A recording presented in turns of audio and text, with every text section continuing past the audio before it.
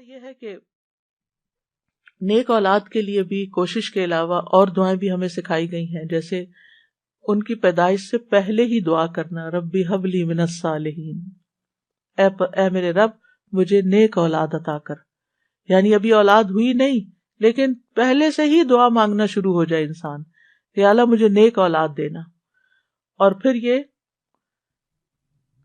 کہ یعنی ایسی عورت کا انتخاب شادی کے وقت کرنا کہ جو